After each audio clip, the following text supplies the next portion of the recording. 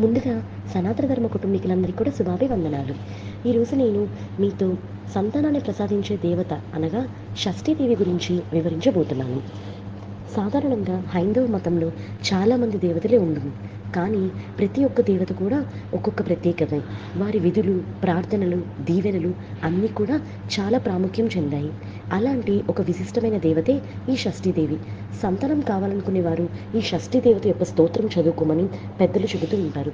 మరి ఆ షష్ఠీదేవి యొక్క కథ ఏంటో ఈరోజు మనం తెలుసుకుందాం. షష్ఠీదేవి ప్రస్తావన అనేది ఈనాటిది కాదు. వందల వేల సంవత్సరాలుగా శాసనాలలోనూ పురాణాలలోనూ ఈమె ప్రస్తావన కనిపిస్తూనే ఉంటుంది. ఒకానొక సందర్భంలో అయితే ఉత్తరాదిని పాలించే రాజులు షష్ఠీదేవి రూపంతో ఏకంగా నాణేలను కూడా ముద్రించారు. షష్ఠీదేవిని కొందరు భూదేవి అవతారమని, కొందరు లక్ష్మీదేవి అంశాన్ని కూడా భావిస్తారు. కానీ ఆ సుబ్రహ్మణ్యేశ్వర స్వామి భార్య అయిన దేవసేనకు ప్రతిరూపమే ఈ షష్ఠీదేవి అన్నది నిర్విదాంశం.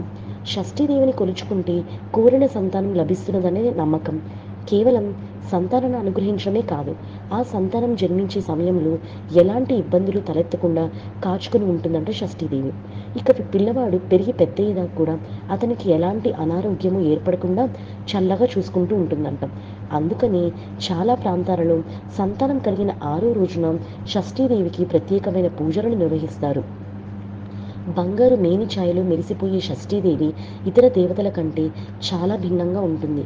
ఎప్పుడూ చేతిలో పిల్లలతో, తన వాహనమైన పిల్లితో దర్శనమిస్తుంది షష్ఠీదేవి. అలాగని ఈ దేవతకు ఒక నిర్దిష్టమైన రూపం అంటూ ఏమీ లేదంట. అటు సాంప్రదాయాలు, ఇటు దేవిని మానవ రూపంలో భావించి వివిధ రూపాలలో పూజించేవారు. శాలిగ్రామం, మట్టి కుండ, పూర్ణకుంభం, అరటి చెట్టు ఇలా వివిధ రూపాలలో షష్ఠిని ఆరాధించే సాంప్రదాయం కూడా ఉంది. ఇక షష్ఠీదేవిని ప్రసన్నం చేసుకోవడం కూడా అత్యంత తేలికే. ఆమె స్తోత్రాన్ని పఠించడం ద్వారా, పక్షంలో వచ్చే 6వ రోజున వచ్చే తిథి రోజున ఆమెను పూజించడం ద్వారా కోరిన వరాలను ఆ తల్లి ఉసుకుతుందనే నమ్మకం కూడా ఉంది. అసలు 6 సంఖ్యకి షష్ఠి అనే పేరు ఆమె కారణంగానే వచ్చిందని కూడా మన చరిత్ర చెబుతుంది.